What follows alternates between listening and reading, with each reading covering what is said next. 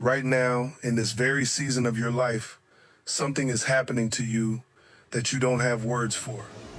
It's not sickness, it's not defeat, it's not abandonment, but it feels like all of those things at once.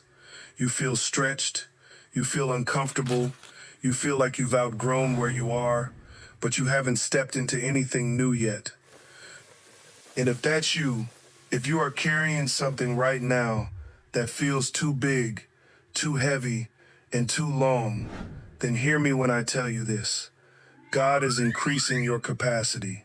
Right now, in this season, in this very discomfort you are sitting in, and you, chosen by God for this exact moment in history, were built for more than this. Before we go any further, I need to give you a definition, because the word capacity gets misunderstood.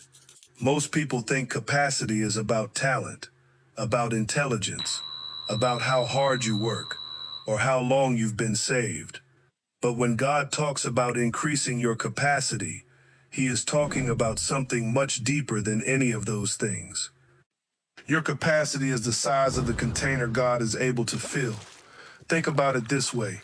You could have the greatest river in the world flowing towards you, but if the vessel you're holding is the size of a coffee cup, you can only ever receive a coffee cup's worth. God's blessings are not the problem.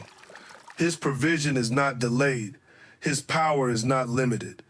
What He is doing right now, in this season that feels so uncomfortable, is enlarging the vessel, stretching you, shaping you, preparing you to hold something that would have broken the smaller version of who you were. The stretching is not a sign that God has forgotten you. It is the sign that He has gotten serious about you. There is a man in the Bible who learned what it means to be increased before he understood why. His name was Abraham, and God's very first instruction to him was not a blessing. It was a removal. God said, "Leave your country, leave your people, leave your father's household, go to a land I will show you." No address, no destination, no map, no timeline. Just go. And Abraham went. At 75 years old, he dismantled everything familiar and walked into the unknown. But then, just as Abraham was settling in, God came back with an instruction that stretched him even further. Wait for a son you cannot biologically have. And Abraham waited, year after year, a quarter of a century, his body aging, Sarah's womb long past the season of childbearing, every sunset without the promise feeling like a subtraction. But here's what nobody tells you about the waiting season you are in right now. And once you hear this, you will never look at your current struggle the same way again. Stay with me. Every year of Abraham's waiting was not God withholding the promise. It was God increasing Abraham's capacity to hold it. A man who receives a miracle at 50 cannot steward it the way a man who receives it at 100 can. At 50, Abraham's faith was still partly in his own body, partly in his own ability. The miracle could have become his pride. But at 100, when his body was as good as dead, and Sarah's womb had been closed for decades, there was no human explanation, no way for Abraham to take the credit, no way for him to say, "I made this happen." The only explanation for "I will make you into a great nation, and I will bless you and make your name great, so that you will be a blessing." Genesis 12, verse 2. Let me ask you something. What is God currently asking you to leave so that He can take you somewhere greater? What familiar thing, what comfortable thing, what settled thing is God asking you to release? Not because it was bad, but because it was the right size for who you were, and not the right size for who He is making you. There is another story in Scripture that most people completely misread, because God does something in it that makes no human sense. His name was Gideon, and he was preparing to face the Midianite army. The Bible describes them as thick as locusts, and their camels beyond counting. Gideon had gathered 132,000 soldiers, the most men he had ever commanded, and it still felt like not enough. And then God says something that should have broken him. You have too many men, still too many, until 32,000 soldiers became 300. 300 against an army the Bible describes as 135,000. This is the moment in the story where most people quit trusting God. This is where the math breaks down. This is where it feels like God is setting you up to fail, and it is the exact place where he needs you to stay. Keep watching. Why did God reduce Gideon's army? Not to weaken him, not because the soldiers were bad, not because God made a mistake. God reduced the army because Gideon's capacity for faith was not yet large enough to win without one. If Gideon had won with 32,000 men, he would have trusted the army, and the next battle would have required 64,000, and the battle after that even more.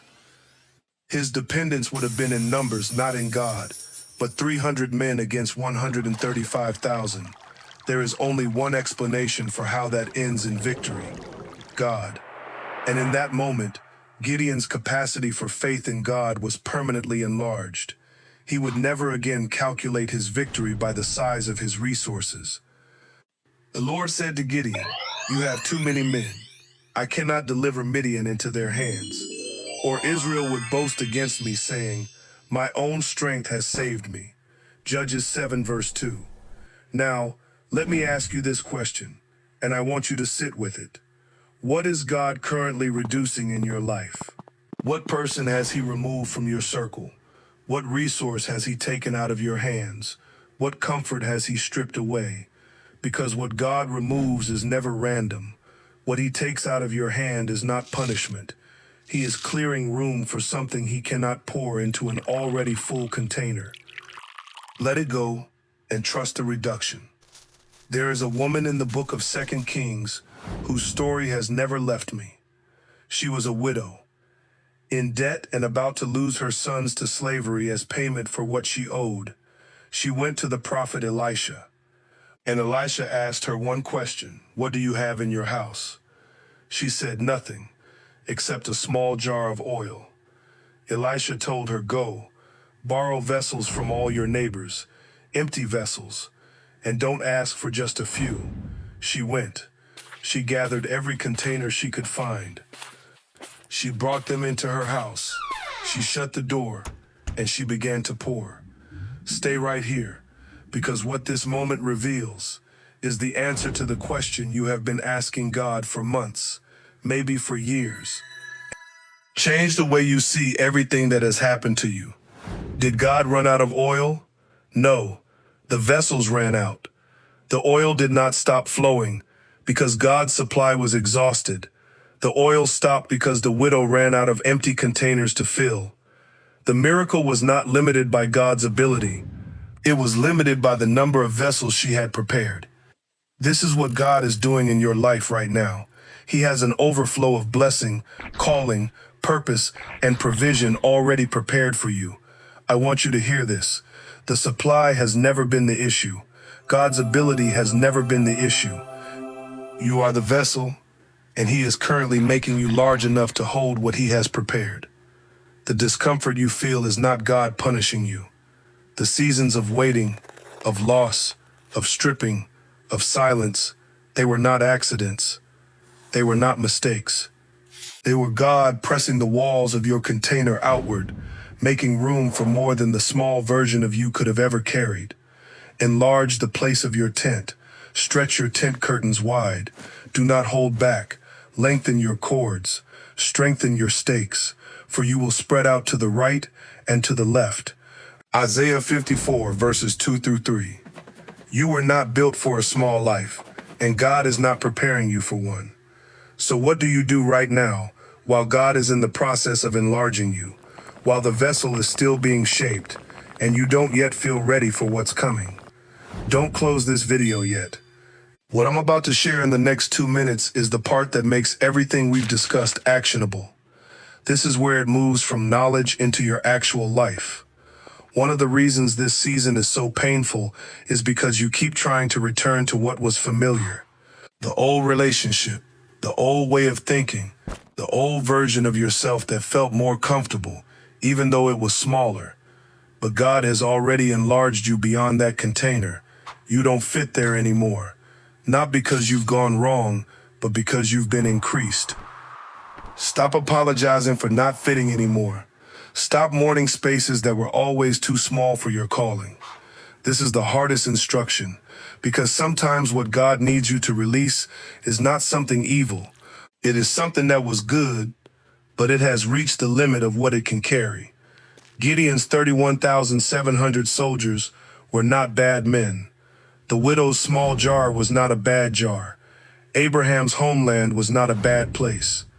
They simply could not make the journey to where God was taking his chosen one. Some of the people, the patterns, and the places in your life right now are not bad. They are just limited. And God needs your hands free for what he is bringing. Release it. And trust that God's replacement is greater than what he asked you to release. There is no expansion without tension. There is no enlargement without pressure. The vessel must be stretched before it can hold more. The tent must be pulled at the stakes before it can shelter more. Say yes to the assignment that feels too large for you. Say yes to the calling that seems beyond your current ability. Say yes to the waiting, because the waiting itself is the work. Now to him who is able to do immeasurably more than all we ask or imagine according to his power that is at work within us. Ephesians 3:20.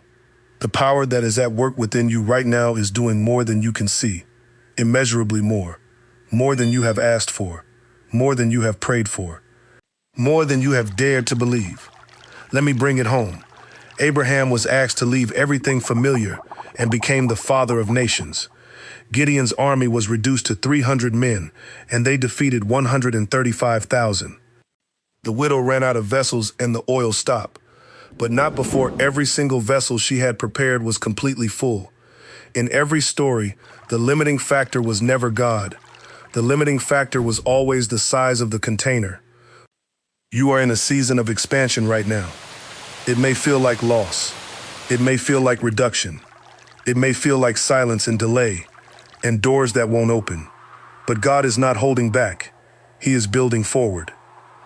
He is enlarging your tent, stretching your capacity, shaping the vessel that will hold something the smaller version of you could never have carried without breaking. Do not go back to the small life. Do not negotiate your way into a container God already made too small for you. You were chosen by God for this moment. You were built for this season. And you were absolutely undeniably built for more than this. For you will spread out to the right and to the left. And your descendants will possess nations and will resettle their desolate cities. Isaiah 54:3. Before you go, I need to hear from you. Drop a comment below and tell me what is the one area of your life where you believe God is right now increasing your capacity. Write it. Name it. Because speaking it is the beginning of receiving it.